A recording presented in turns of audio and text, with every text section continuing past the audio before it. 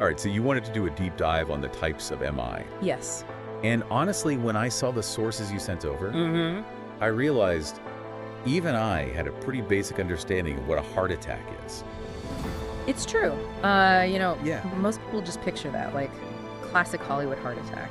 Right, clutching their chest. Yeah, and it turns out there's a lot more to it. Right, and the sources you sent over, Yes. these 2023 European Society of Cardiology guidelines. The ESC guidelines. Yep, I mean, talk about in-depth. Oh, they're dense. Just skimming it. I felt like I was back in med school. Well, we'll try to keep things a little lighter than med school here. Yeah. But these guidelines are really the rule book, right? Yeah. For cardiologists worldwide. Globally. To make sure we're all speaking the same language when it comes to MI. Okay, so let's jump right in. Sounds good. Let's start with MI type 1. Okay. That classic heart attack that we typically see in movies. Right. So type 1, this is the one most people think of. When they hear heart attack, and it all starts with atherosclerosis. Right, that's that buildup of plaque and cholesterol. Exactly, the buildup in the arteries. Yeah. And in type 1 MI, that plaque ruptures. Oh, wow. It's like, imagine a burst pipe. And that triggers the cascade that leads to a heart attack. Right. That rupture causes a blood clot to form right at that spot, Okay. blocking the flow of blood to part of the heart muscle. So that part of the heart isn't getting the oxygen it needs. Exactly. It's like it's being starved of oxygen. Wow. And is that what causes, like, the classic symptoms? Yes. The crushing chest pain, shortness of breath. Exactly. That whole, dramatic scene. The cold sweats, the whole 9 yards. So the movies get that part right. They do, at least that part. It is a race against time to get that artery open. Exactly, because it's a sudden blockage. Right. Time is critical in type 1 MI. Okay. The faster we restore blood flow, the less damage to the heart. And that's where treatments like PCI come in. Right, percutaneous coronary intervention. For those of us who haven't been to med school, Yeah, good point. what exactly is PCI? So, basically, imagine a tiny balloon Okay. that we inflate inside the blocked artery Oh, wow. to push that plaque aside and get blood flowing again. Okay. Pretty amazing technology. It really is. We can also use medications to dissolve the clot. Oh, right. That's called fibrinolysis. Got it. So, yeah, couple of options there for type 1. But things get interesting with type 2. Okay. Because you're telling me this isn't even caused by a blockage. You got it. So what's happening in a type 2 MI? So type 2 MI is all about an imbalance, right? Okay. Between the heart's supply of oxygen and its demand for oxygen. So it's not a blocked pipe. It's more like... It's like a pump that can't keep up. Okay, I'm trying to visualize this. So imagine you're running a marathon, Okay. right? You're pushing your body to the limit. Yeah.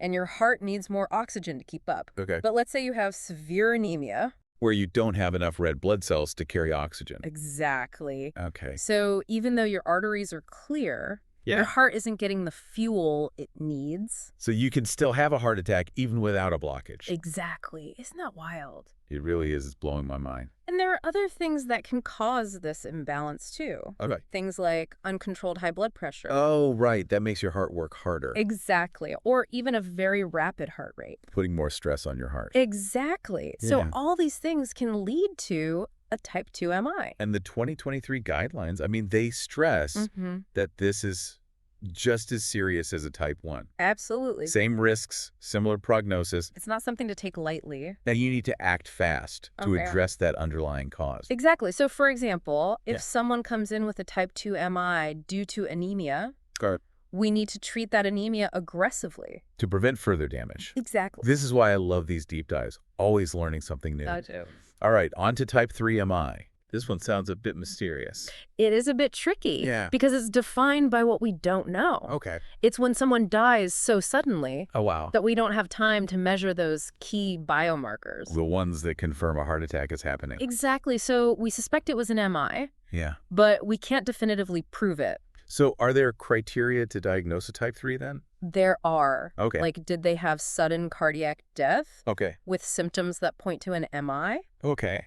Were there EKG changes that suggest a heart attack? Right. The EKG measures the heart's electrical activity. Exactly. And if an autopsy is done, Yeah. do they find evidence of an MI?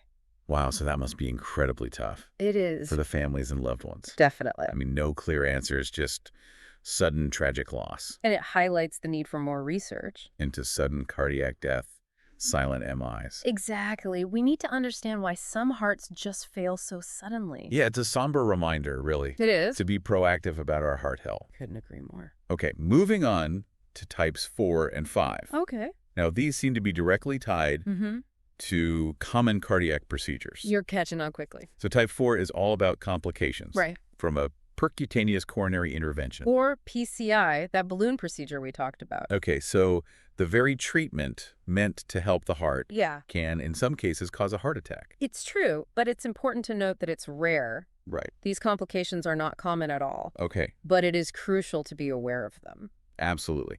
So how is type 4 further categorized? So there are 3 subcategories. Okay. Type 4A, type 4B, and type 4C. Right. They all relate to complications from PCI, but they have slightly different mechanisms and timelines. We can dive into those in a bit. Absolutely. Okay, and type 5. Yeah. That's the one tied to bypass surgery, right? Exactly. Type 5 MI refers to heart attacks that happen as a complication of coronary artery bypass grafting. Or CKBG. Yep, SCBG. So like type 4, it's a heart attack that happens because of the treatment itself. That's right. But again, But it's rare. very rare. Okay. And just like type 4, there are subcategories for type 5. Based on the cause and timing. Precisely. Wow.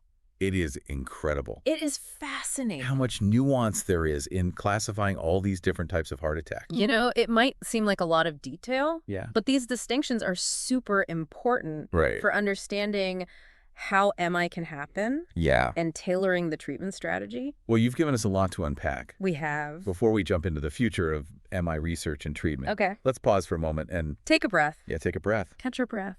Reflect on all this, right? And Yeah. we've gone from that classic heart attack image to like realizing there are 5 distinct types. It's a lot to take in, but Yeah.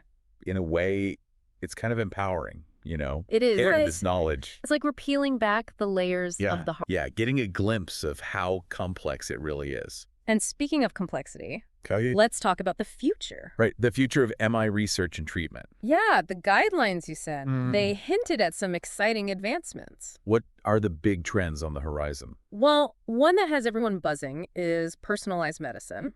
Okay. Imagine, right?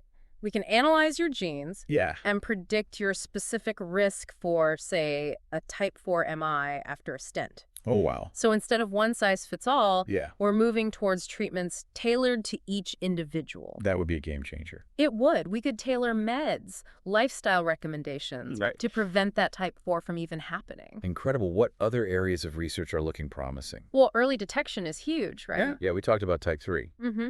Often no warning signs. Right. So researchers are working on new biomarkers, Okay. imaging techniques. To identify those at risk before tragedy strikes. Exactly. Catch those silent heart attacks. Before they even happen.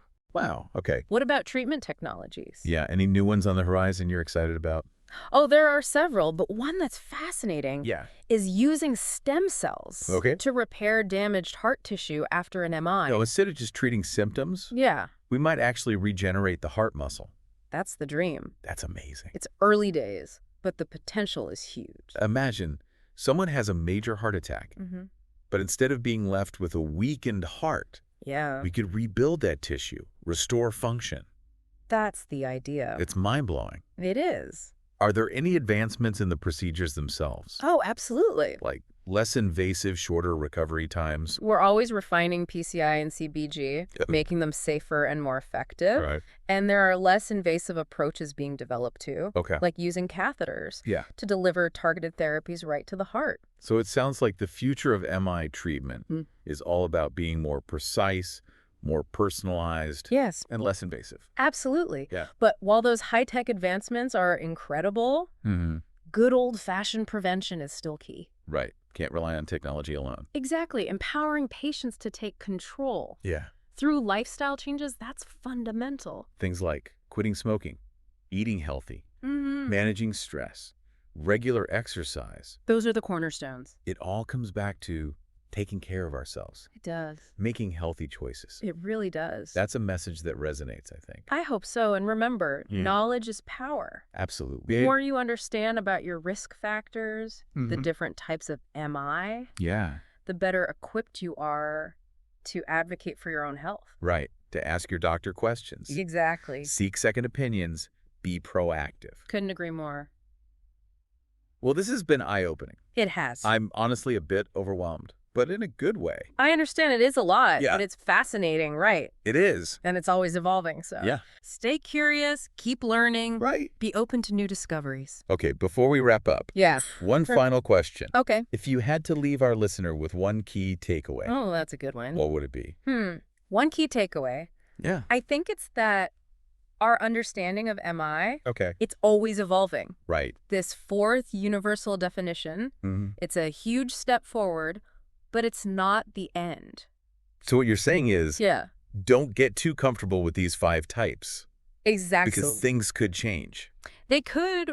Research is ongoing. What? We'll probably see even more nuance in how we categorize and treat MI in the future. And that's a good thing, right? It is. It means we're getting better. At recognizing it, diagnosing it, treating it. Absolutely. But it also means we need to stay informed. Keep learning. Keep learning. Be open to new discoveries. It really puts the responsibility on us as patients to stay engaged. To be active participants in our own health. To keep asking questions, to keep learning. Absolutely. Alongside the experts. I couldn't agree more. Well, on that note, I think we've reached the end of our deep dive. It has been a journey. Into this fascinating world of myocardial infarction. It is fascinating. Thank you so much for joining us. It's been my pleasure. And a huge thank you to our expert. Oh, thank you for having me. For sharing your expertise with us. Of course. And remember, take care of those amazing hearts of yours. Until next time. Yes. Stay curious and keep those deep dive requests coming. I look forward to it.